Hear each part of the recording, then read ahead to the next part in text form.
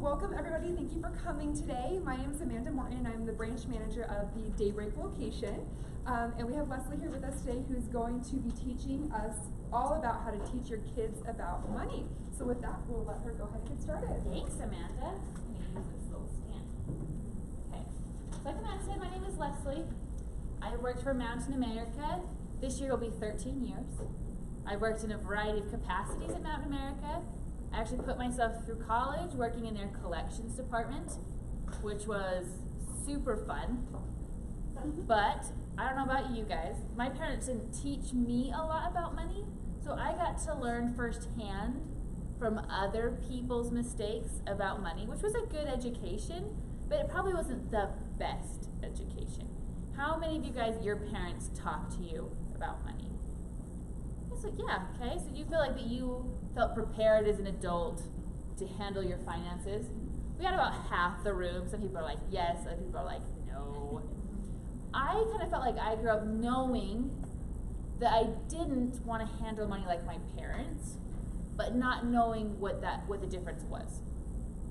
Like I knew that was one option. I knew it didn't work great for them. I knew I wanted to do something different, but I didn't know what that other option was exactly. So I got to kind of learn, like through collections, what other people, like credit card debt, a lot of people have gotten themselves into, or really high car loans. And so we're going to talk about a bunch of those things today. We're going to cover some topics, some really good topics about to talk with your kids about finances, because sometimes we think we're like, okay, we're covering this and this and this, and then some kind of situation comes up and you're like, oh, we didn't talk about that. So hopefully today we kind of give you a little bit of a checklist that you can go through with your kids. You have this booklet right in front of you. The front of it says, life is expensive. Hands of those who agree. All hands should be up. Okay, life is expensive. So Deseret Book, Deseret News is the one who creates these, and we use them because we feel like they're pretty good tools. Although these booklets right here, these are geared toward older kids. So maybe your young adults, teenagers. But the presentation we're going to talk about today, so we're going to talk about this too. Then we're also going to talk about moments that we can use with our young kids to turn those into learning opportunities as well. So go ahead and open your booklets. We're going to start on page 3. Before we do that, we're going to start with a little video.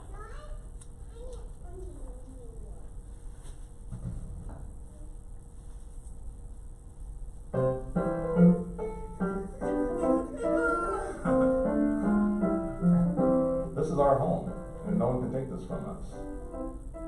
You know, our crappy carpet that we haven't changed in 12 years that the kids have just totally made gross. We own it! This was hard. We had $20,000 of credit card debt. Swipe, swipe, swipe. And it was going higher and higher because we didn't manage our money. I didn't know the answer.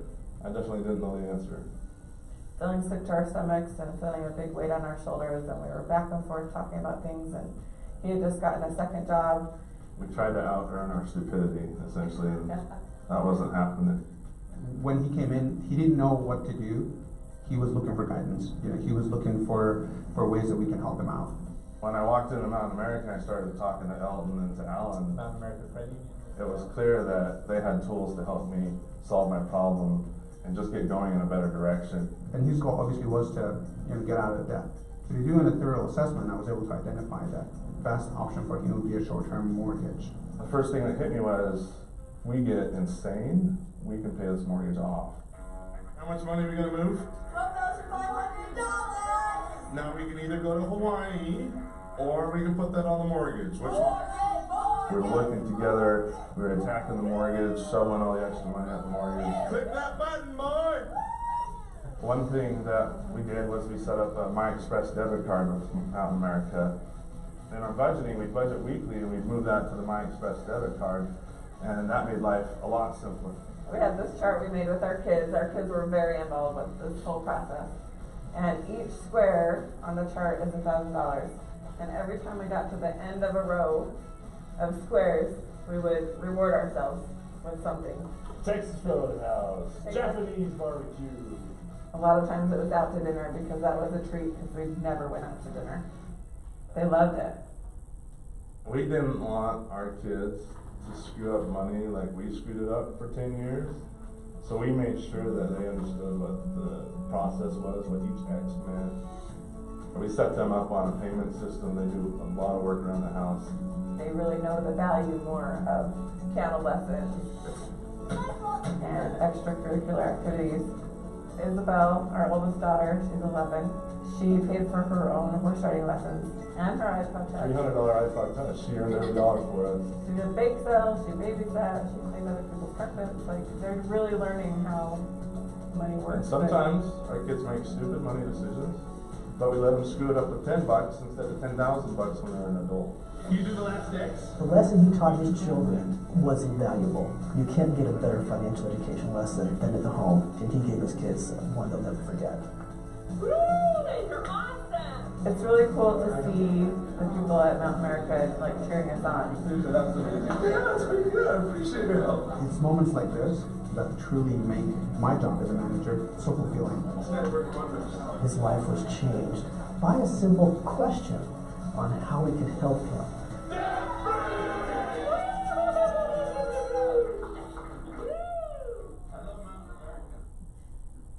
So what do you guys think about that video? As you're all eating, your things in your mouth. What are some thoughts when you guys watch that? I liked that they talked about their own financial issues with their kids. Like I feel like we just talked about it amongst ourselves, and not so much for the kids. Yeah, and I guess that's a personal preference, but some people don't even know that's an option. Sometimes people think that, I've heard like in classes like this, people want to shield their kids from what they feel is like a burden of money, when that's just more another lesson they're teaching them, right? It's like, don't talk about money. It is a burden. We're trying to keep this from you. And so kids kind of intuitively get a negative image about money. So another way, like the way the King family did, again, this is just one way that they did, right, is they involved their kids and they didn't make it something bad. How did they make it fun? The X's and Yeah. the reward at the end of. Right. I mean, if you saw that, there were 10 boxes on each row. So that was $10,000. So for every $10,000 that they saved, then they went out to eat. So, I mean, that's another lesson, like delayed gratification, working hard something, not getting something the moment that you want it. Those are invaluable lessons that you can teach your kids. We're going to talk about a few more as well. So in our book on page 3, as you can see, it says, hey, grow up. We often ask kids here, because we go into high schools when we do this presentation, we ask them, how many of you guys want to be on your own and free? How many think hands go up for that? Like, it's like, yes, I want to be on my own and free. And then we ask them, how many of you think being on your own and free go together?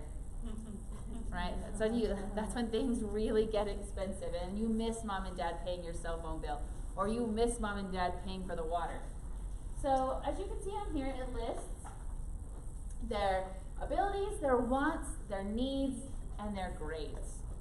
So their abilities, we talked to them, this is again where you can talk to your kids about it. You can say, look at their abilities. What are they good at? Give me an example of something your kids are good at, or that you were good at as a kid. Computers. What was that? Computers. Computers. Good at computers, absolutely. That's a huge skill. What are some others? Computers. Piano. Piano. Yeah, that's a skill, absolutely. They're good at the piano. Any others? Dance. What is that? Dance. Dance. Dance, yes. Dance. I have an 8-year-old son who, he's really social. Like, he makes friends really easy. He was always that kid on the playground that would go up to any kid and like gather kids and they'd start a game. And when we had more kids after him, I realized that was a skill. Like, it wasn't just necessarily being a kid. Like, oh, it's so easy for kids. They can just go play with anybody. But then I realized it was like his skill to gather people and make everybody feel included and make friends. He was nice. And then their wants. What are they interested in?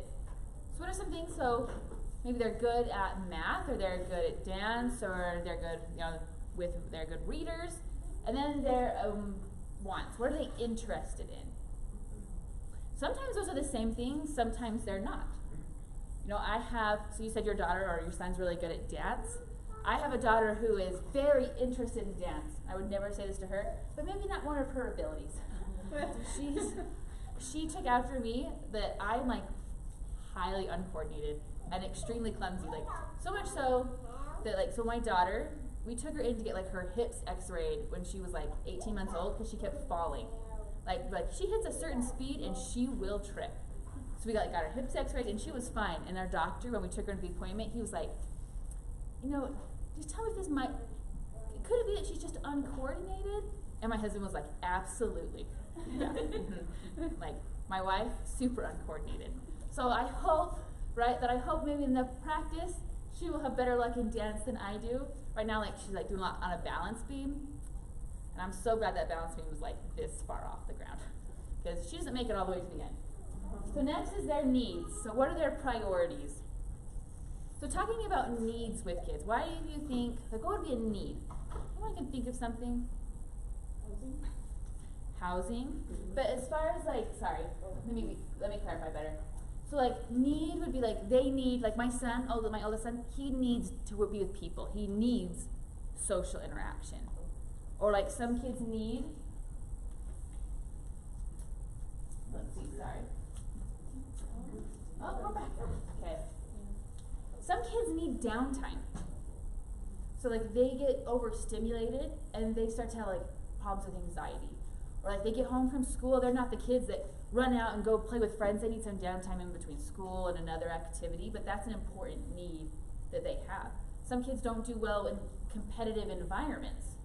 So a need, maybe being careful to steer clear of, I said, things that are very competitive. Like you mentioned your daughter or son that dances. There's like competitive leagues of dancing. Sorry.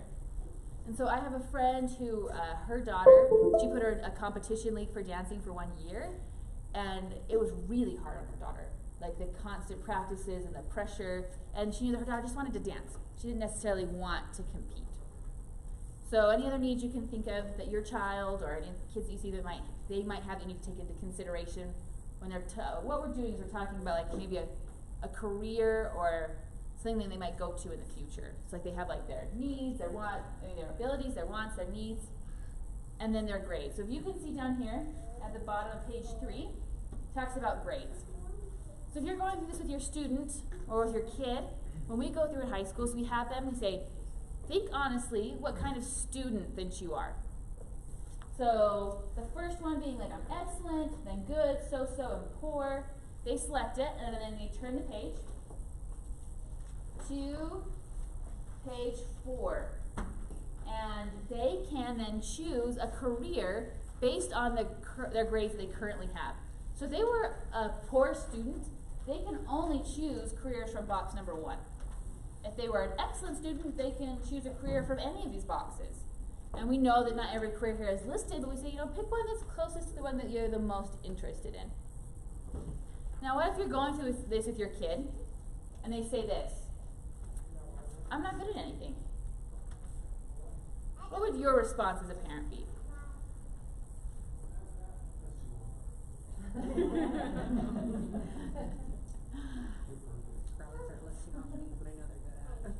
Right. Sometimes, like I said, it's not easy being a kid. Sometimes as adults, we kind of forget what it's like to be. Sometimes I have to remind myself, my son's in 3rd grade, and when something happens to him on the playground, and he comes home like it's like life and death, and to me, it's so easy for me to be like, oh my gosh, that's nothing.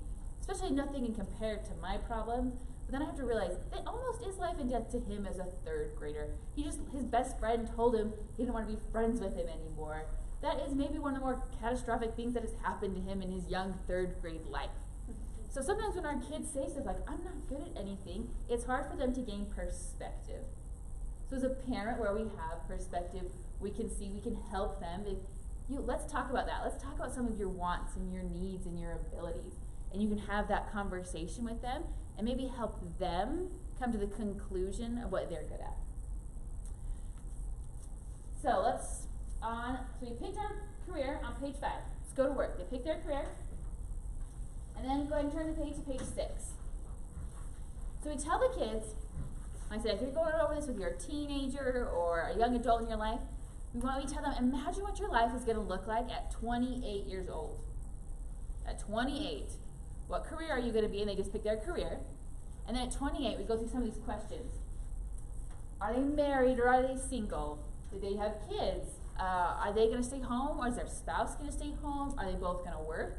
And then we go over some of the consequences of those decisions. So if they chose that, one spouse was going to stay home, then they can't include their spouse's income. Or if they chose that both spouses were going to work, then they got to figure out childcare. We make them go through a budget for food and clothing.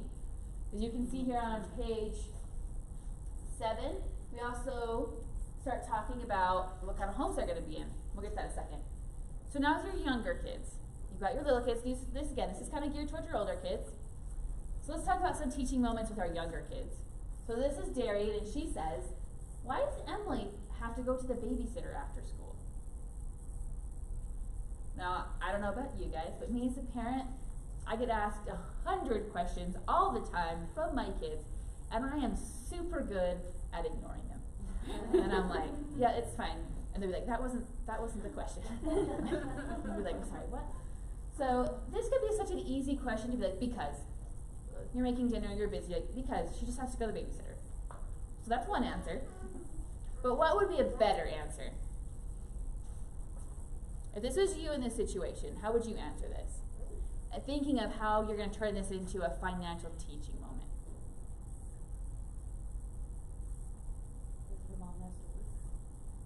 Right, so maybe start talking about like your family's like priorities. Be like, so your dad and I chose to both work. We can talk about, you can take it wherever you want. Like, we choose to do this because we like to go, maybe your family values traveling. And if we want to do the fun things that we do, it does require that both mom and dad work. And so, well, if you were Emily's parents, right, that sent her to the babysitter, we both go to work, so you go to the babysitter for a little bit after school. Or if you're Darian's parents, you can be like, you know what, we chose that one parent was going to stay home while another parent worked, and you can talk about your value system behind that.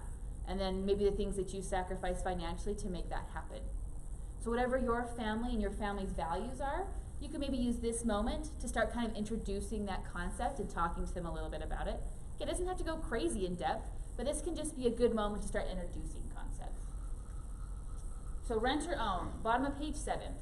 So with our older kids, we start talking about the differences between renting or owning. Because a lot of times you'll hear people that will say like, don't rent, it's just throwing away money. Now, we're also learning really quickly that millennials don't feel that way. So what are some benefits of renting? Why wouldn't they feel that way? Absolutely. They're like, I don't know how to fix a stove. I don't know how to fix a leaky pipe. Like, I rent, that's my landlord's problem. Absolutely. What's the other benefit of renting? It's not permanent. It's not permanent. Exactly, and that's one of the bigger things. Like, yeah, they can live somewhere here for a little bit, but then they can go somewhere else and experience something else. They're not going to be stuck in that house or have to sell it when they want to move. They have much more flexibility. Also, so renting definitely has its benefits. Owning has its benefits. We use this as an opportunity to start talking about equity that you can build in your home. A lot of, like I said, even if you're talking to your kids about basic money principles, we're pretty surprised when we go into high schools how many students don't know what equity is. So as a 17-year-old, they understand math, they can understand equity. So using this as an opportunity to start talking about equity with your kids. Oh, sorry. Here's our benefits to renting. Here's our benefits to owning. Now, for our younger kids, introducing this concept. Jake asks, why do I always have to mow the lawn? Because Dad doesn't want to. Right? So again, keeping that financial teaching in mind, because my inclination would be like, why do I always have to do the laundry? Like, again, not the most effective way to teach finances, but how would you guys answer this? How would you turn this into a financial teaching moment? Why do I always have to mow the lawn? We're a family, we all live here, we all benefit from living in this house, so we all have to pitch in and contribute to taking care of the house. Absolutely. Like, contributing. Or earning, we saw with the King City, like their kids had an allowance, so they did certain chores that their parents didn't just buy them things, so they taught them the value of money through things like mowing the lawn. My son comes to me all the time and he's like, can I have this? And I'll be like, absolutely, what do you want to do to earn it? You can have it. Because sometimes, at least as me as a parent, I try not to tell my kids no when it comes to a lot of things, but I try to help them see how they can earn it themselves. Try to have a more positive, try to change their way of thinking about, yes, I can have something after I do this. Or after I work hard to do this, yes, I can have it. Instead of feeling like I can never have something. So you could use it like this. Say, great, you can mow the lawn. You can pull weeds. What are some chores that your kids do? Dishes. That's my favorite chore for the kids to do. Do the dishes. Clean the bathrooms. Yes.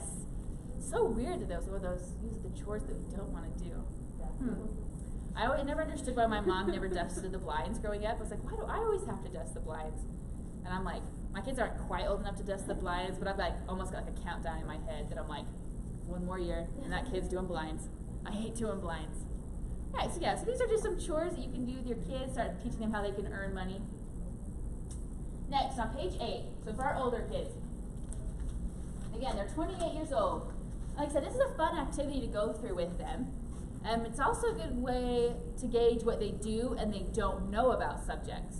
Because maybe they can tell you what insurance is, but then if you ask them, okay, what does insurance cover? Or what's liability insurance? They may not be able to tell you that. So we're like, hey, at 28 years old, what kind of car do you envision having? Now, one of the important things that we introduce here is that you can see up in this little like khaki colored box on page 8, it says, which car can you afford? This is where we start talking about like a healthy budget. People recommend, I don't know who people are, but like smart people will say, recommend that you don't go over 15% of your monthly budget for your car expenses. So what are some car expenses?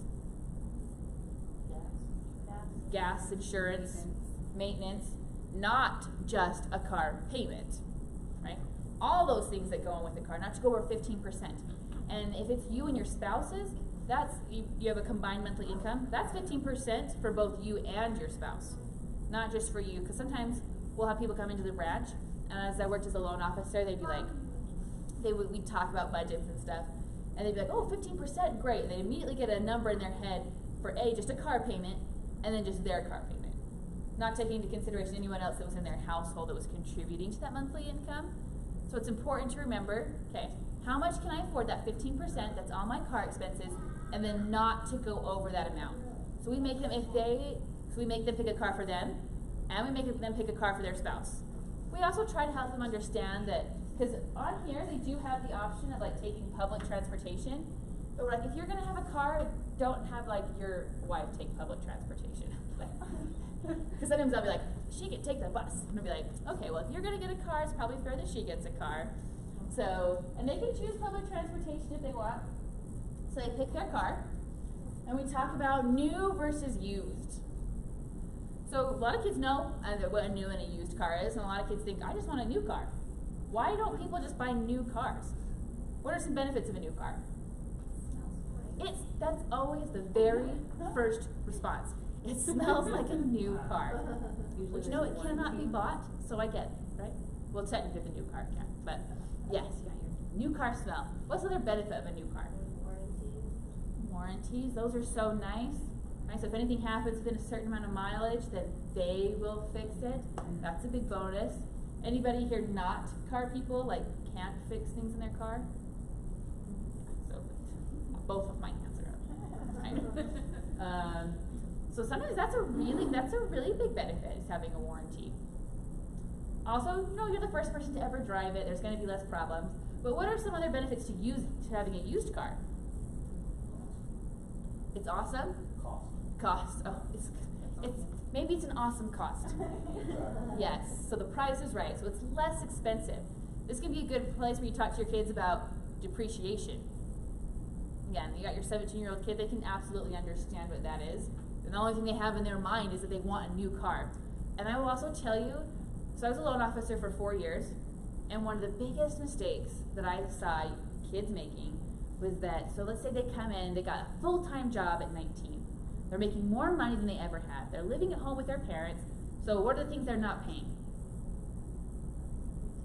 Housing, utilities, sometimes groceries, sometimes gas, sometimes their cell phone, sometimes their insurance. Sometimes they don't have a lot of bills. So they come in with this full-time job thinking they can afford this really big car payment.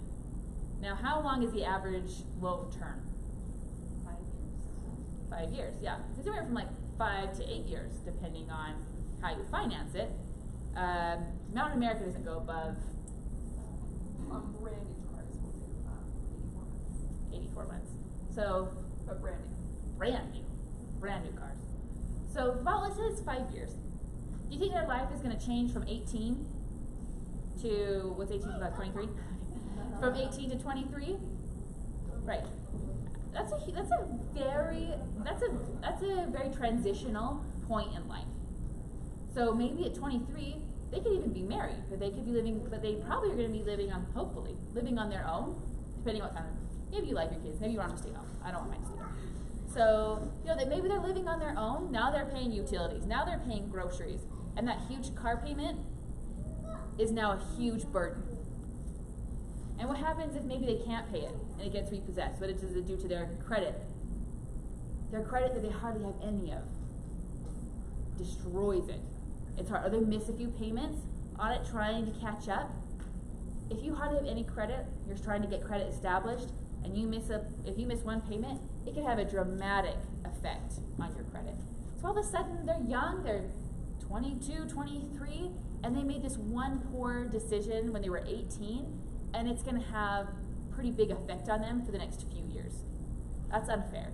So whenever I have, and I don't know if you do this, Amanda, I'm sure you do, you have young kids that are coming in that want this big brand new car, this really big car payment. Again, I can't deny them, but if they qualify for it, they qualify for it. But I usually try to have a conversation with them about it, be like, all right, let's talk about this. But should I be the one having that conversation with them? Honestly, no, right? I can kind of softly be like, maybe you might want to consider this. But as a parent, that should have been a conversation you already had with your kids. So, again, these are the things we go over with car maintenance. Because people say, oh, maintenance. Well, let's talk about car maintenance, all these things. How many of you guys ever had to pay any of these? Yes. My husband just changed the rear brake pads in the van, and I'm not kidding, 2 days later, the front one started squeaking. Oh, no. I was like, oh, guess what you get to do for 2 hours on Sunday? And then all these repairs. Again, these are the things you need to take into consideration if you are going to buy a used car. Also, you've got kids on the other end. So you've got the kids on the spectrum that are like, I want the brand new car. And you got kids on the other end of the spectrum who are like, I'm going to buy the cheapest car I can. Yeah, I knew kids like that. Now, that's when you get to talk about what? Car repairs. Be like, oh, okay, I appreciate that you are wanting to save money. But let's talk about some of the things you're also going to have to save for if you buy this $300 car. I drove a $300 car in high school, and it did not have reverse. Oh. So it can be done, but sacrifices have to be made. Okay, so now we'll see how we can kind of help introduce this concept to younger kids. So this is Anita, and she asks, your car breaks down all the time. Why can't you just get a new car? So she's not super nice, but some other lessons you need to teach Anita. But how did you turn this into a teaching moment? Take care of what you have, invest in something that lasts longer, or something that might have just fine. Yeah, absolutely. Yeah, that maybe you're capable of fixing your car. Maybe their parents fix the car all the time. They're really good with cars. They're going to choose the money to go put towards something else. For my husband to fix the brake pads, I think it cost us like $65. If we took it in, it's going to cost us around like $300. That's a big difference. So maybe you can use this to start talking about, doing things yourself. Maybe that's one way. Again, priorities that you have with your family, different skill sets. Maybe you can start introducing that to your kids. Like, hey, if as an adult you don't want to have to pay for these really expensive things, maybe you can come out and start learning with me on the car. It's a good place to start by teaching them how to hold a flashlight, right? Anytime that my dad ever, like, I went out to help my dad, I just, like, learned really well how to, like, not move a flashlight. And that's it. So maybe teach them a little bit better than that. Any other things you guys can think of? Yes, we don't have the money right now. We're paying for your brace. That's a great one. Absolutely. Yeah. See, that's very true though, right? You'd be like, braces cost money, and I think sometimes parents, we don't want to like make our kids feel guilty to be like, well, we have to drive old car because you needed braces, right? But so you don't have to like, but you can still use that in a way that's still to be like, hey, you know what? We have our needs and we have our wants. And talk to them, start, talking about the difference between needs and wants. We need braces. We need to go to the dentist. We don't need a brand new car. This car works just fine. So now let's go to page 9. Page 9, be sure to insure. This is where we talk about not only auto insurance, talk about health and life insurance. So a lot of times our kids, they don't, so maybe they'll see you make, this is probably isn't true actually anymore. Because like when I was growing up, I'd come home from school, and if my mom had like the kitchen table full of papers and stamps, like she was paying bills, I would like immediately leave. Like she was gonna be in the worst mood that day. So, but I saw her paying bills. Do our kids these days see us paying bills? Not really, right? Because we only do them on our phone or they're set up on auto pay. Another thing with life insurance, that comes right out of your check. So they don't see you making that payment, maybe they see you making the copay. But we start talking about health and life insurance. Also, when we go into high schools, we tell them, if you choose to start smoking, it's gonna cost you an average of $200 extra a month on your health insurance. And they're not just gonna ask you if you smoke. They can tell through your blood and they can tell through a urine test. A lot of times they don't even ask you because they just wait for the test results. So, or if they do ask you and you lie, and that's insurance fraud and your insurance drops you, that's a good place where you can start talking about private insurance and how affordable that is. So, talking about health and life insurance, again, these sometimes kids are like, yeah, I know what health insurance is. It like helps us cover if I break my bone or something. You're like, okay, well, who pays for it? How do we pay for it? With your older kids, you can start talking about things that come out of their paychecks. Then we talk about homeowners and renters insurance. So, as you can see on page 9, owning is $150 for insurance and renting is $13. Who can tell me why? When you rent, you're only covering the inside things you own. Yep. When you rent, it's just the items inside the house. Homeowners and insurance covers all the structural things in your house. So, like if it floods and drywall needs to be replaced and the carpet needs to be replaced, insurance pays for that. But if you're renting, it's just going to cover the things that were damaged in the flood. Like, I was going to say a boom box. I doubt they have very many boom boxes. So, like, your iPad. Okay. It's going to damage your iPad. Okay. So, how to introduce this to younger kids? So, this is Andrea. She says, why do you get up early to exercise? How can you turn this into, like, a financially related teaching moment? Take care of your health, and later on you won't have so many expensive health issues. Absolutely. Is health insurance expensive in this country? Oh, yes. Yeah. Right? So it's a little expensive. Things they're going to have to think about. Certain things you can start introducing with your kids. Be like, yeah, I take care of my body. So yeah, you don't have those expenses, or anything else you guys can think of. Maybe taking care of things in general. So doing repairs when they're needed. So when my brakes started squeaking, I'm like, oh, I really don't want to take off my husband today. I'll wait till he drives it next time and be like, oh, are those squeaking? Right? Be like, but then what happens the longer you let things go? It gets worse and worse, and therefore it gets more and more expensive. So now page 10, back to our older kids. Built-in costs. So now they get to live on their own. They decide they're going to live on their own. And guess what? You get to do so many things when you're on your own. You get to pay for so many things. What are some of these built-in costs that it has listed there? TV, utilities, your cell phone. Taxes. Oh, yes. So, yeah, we go through TV and internet and gas and electricity, all these things. When we get here, always like, have any of you guys, I don't know, this isn't very often, but have any of your parents ever told you to turn off a light? Or to shut the something door, right? And like everyone's hand goes up, right? And as an adult, all of a sudden you're like, okay, that's why my parents always told me to turn off the lights. Or that's why my dad used to always say, we're not heating the outside, or we're not cooling the outside. And for some reason, I didn't really get it. I'm a bright child. But, right, because now when you're paying for it on your own, right, if you run the AC and you want your house to be 65, that's fine, but you're going to have a pretty hefty bill coming up when utilities are coming to you, right? And then your telephone, and then taxes. So as you can see here, at the bottom of page 10, we had them write their monthly income, including their spouses, and then it's broken into brackets. So let's say they make between $3,500 and $4,900 a month. And we have them multiply it by 20%, and that's how much they have to pay in taxes. And we always know if the kids do this exercise right, if they say, I think I got it wrong. You're like, why? It's like, this is way too high. Oh, like, okay, you did it right. Yeah, you did it right. If you think you're paying, if that number seems way too crazy, then you did it right. Then we talk about taxes. We ask kids, what do taxes pay for? What do taxes pay for? The schools, hospitals. Yeah, your police, paramedics, police, firemen, roads, all these wonderful things, all these great things they get to enjoy, but they actually don't see, like, sometimes they're like, all they hear really as kids is complain about taxes, their parents complaining about taxes. And then she says, why can't I use my cell phone data? Have any of your kids ever asked this question? My kids ask, this is like something unfortunate, my kids probably understood from a way too young of age. Like, don't use the data.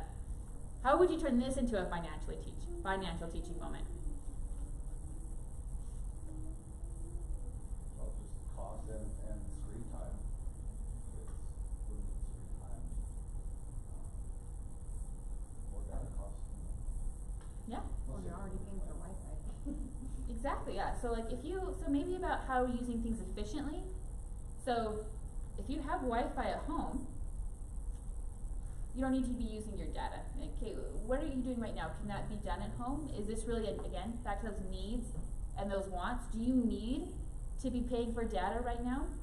Is being on their phone and playing a game because they don't want to wait and be bored in line a need or a want? A want, absolutely.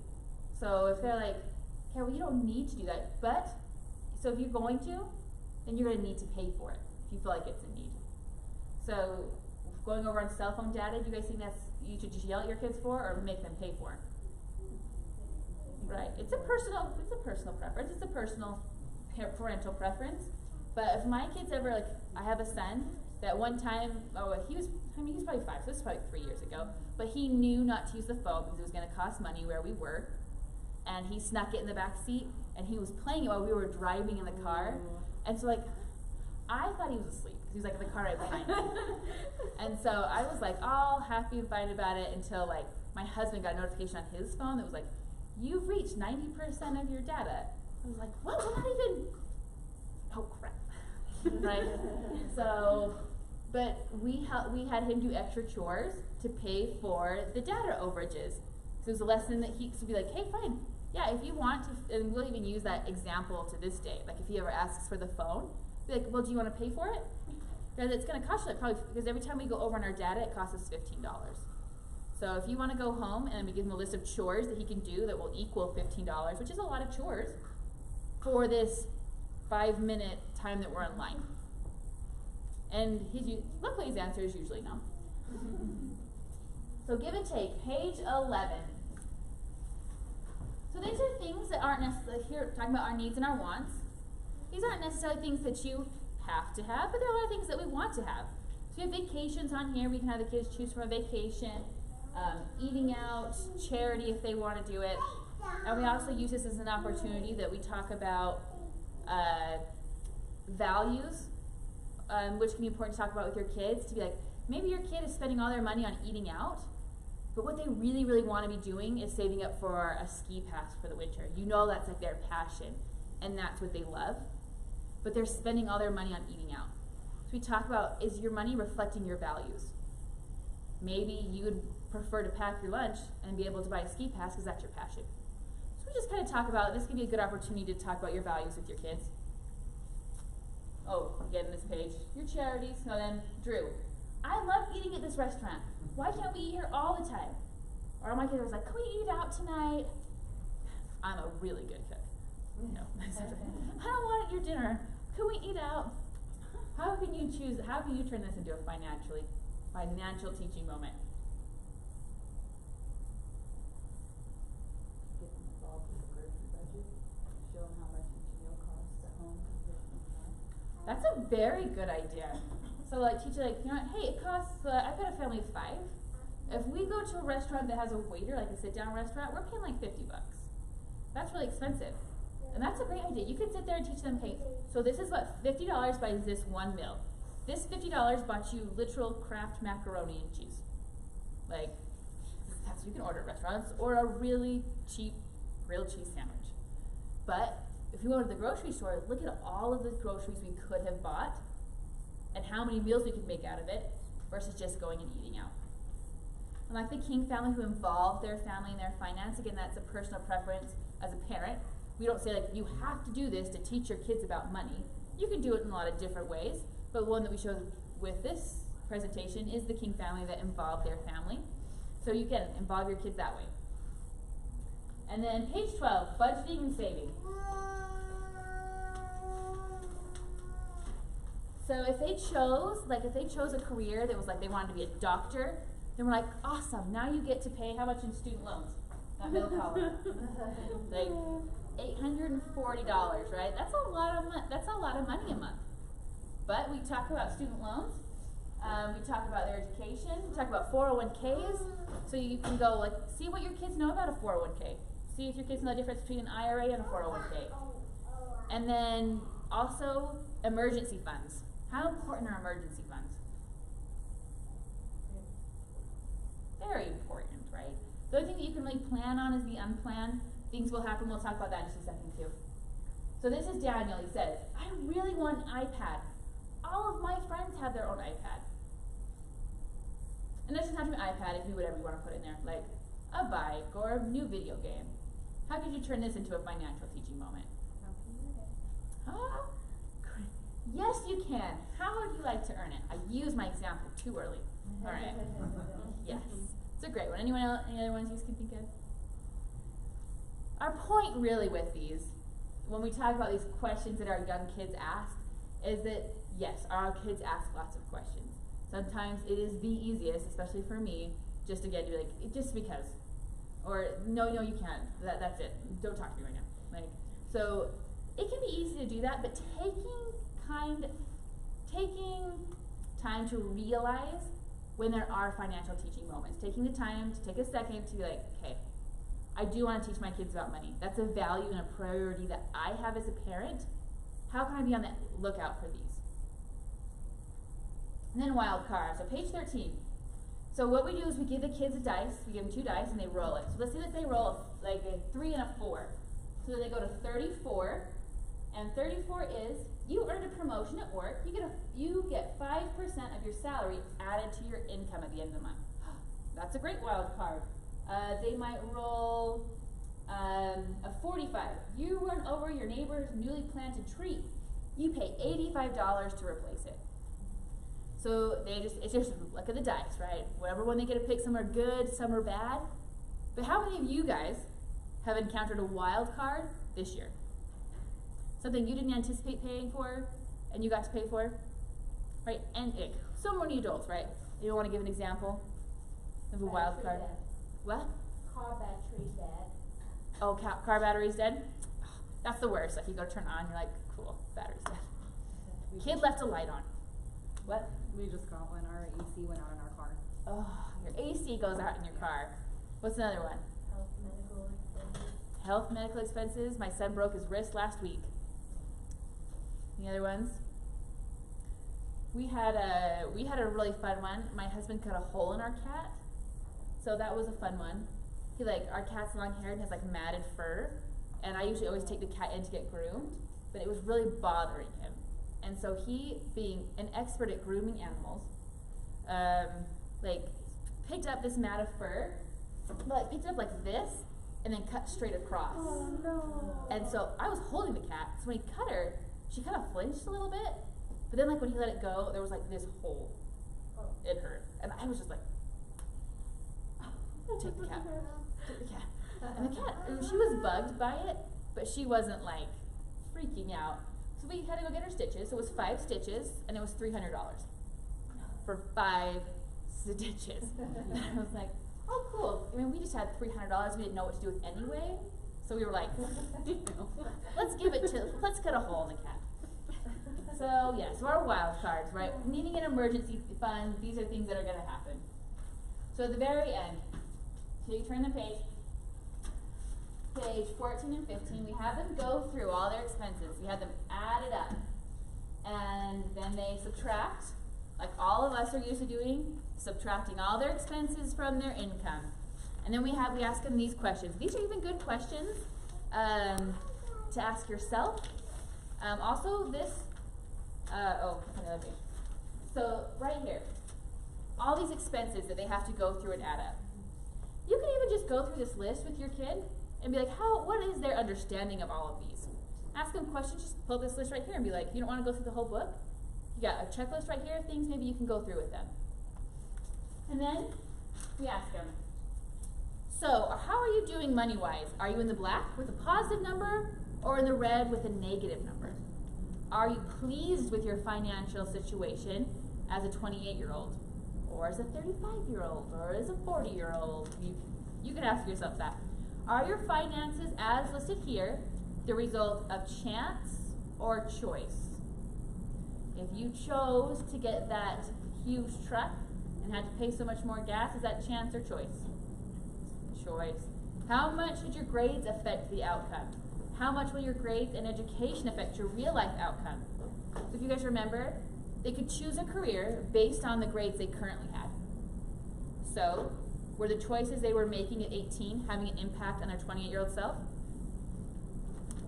Absolutely, which is one of the big points that we try to drive home. Right? The decisions you're making now can have a lasting effect on the rest of your life.